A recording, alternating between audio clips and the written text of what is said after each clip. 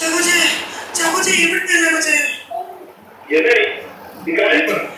മോന് തീരെ സുഖമില്ല അച്ഛാ, നല്ല പനിയുണ്ട് അച്ഛാ, പെട്ടെന്ന് വരണം, പാസ്വേഡ് പിടിച്ചോട്ടോ.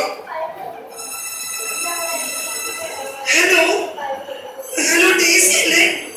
ഞാൻ മഴയാണ്. പിന്നെ മോന് തീരെ സുഖമില്ല, ഒന്ന് പ്രാർത്ഥിച്ചേക്കണേ.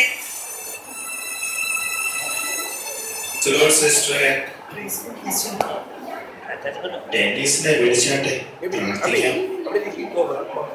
ചാക്കോച്ചായ, എനിക്ക് ചാക്കോച്ചായനെ കുറിച്ച് ഒരു ചെറിയ പരാതി കിട്ടിയിട്ടുണ്ട്.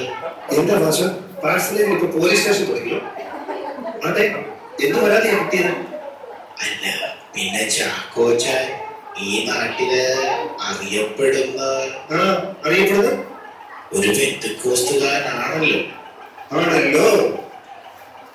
അങ്ങനെയുള്ള ചാക്കോച്ചൻ മറ്റുള്ളവരുമായി സംസാരിക്കുന്ന കൂട്ടത്തിൽ ഒരു വിശ്വാസിക്ക് ചേരാത്ത പദപ്രയോഗങ്ങൾ ഉപയോഗിച്ചു എന്നൊക്കെ. അല്ല, ഞാൻ പിന്നെ നമ്മൾ തമ്മിലാകുമ്പോ തുറന്ന് ചാക്കോച്ചൻ മറ്റൊന്നും വിചാരിക്കരുത്. ഞാനും അനാവശ്യ പദപ്രയോഗം.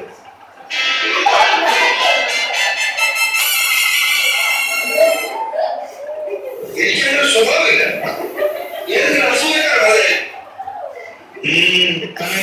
ആയിരിക്കും, എനിക്കിപ്പം മനസ്സിലാവും.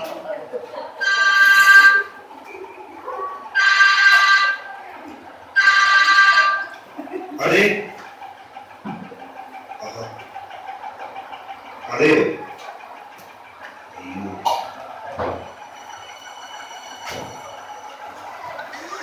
എന്താ ചാക്കോച്ച, എന്തെങ്കിലും? ഓ, ഒന്നുമില്ല. എല്ലാം പറഞ്ഞിരുന്ന ഒരു ബിസിനസ് ഡീലായിരുന്നു. പക്ഷേ ഇപ്പൊ അവർ അതിൽ നിന്ന് പിന്മാറിയത്. ഇതെല്ലാം കൂടി ഒരുമിച്ചെന്ന പാസ്റ്റർ സാരമില്ല, എല്ലാം ശരിയാകും. നമുക്ക് പ്രാർത്ഥിക്കാം.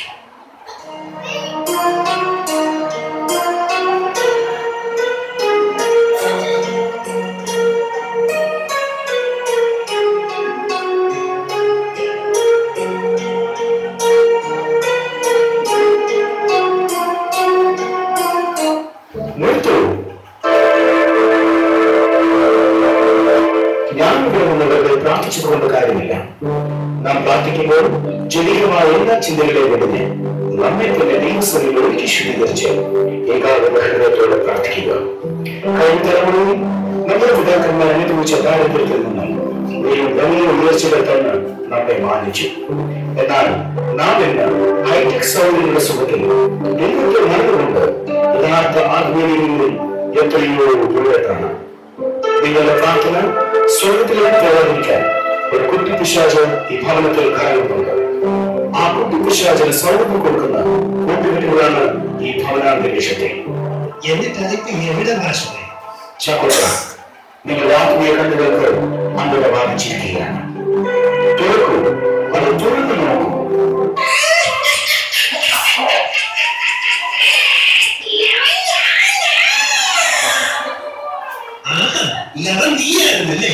നമ്മൾ ഒരുമിച്ച് ഇവനെ യേശുവിന്റെ നാമത്തിൽ ശാസിക്കാം.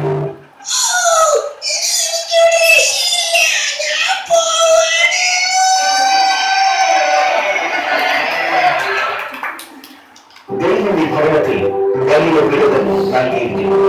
ജോഷുവ 24:15 പറയുന്നതുപോലെ ഞാൻ ഇതിന്റെ കൂടെ ഞങ്ങൾ യഹോവയെ സേവിക്കും. നമുക്ക് പ്രാർത്ഥിക്കാം.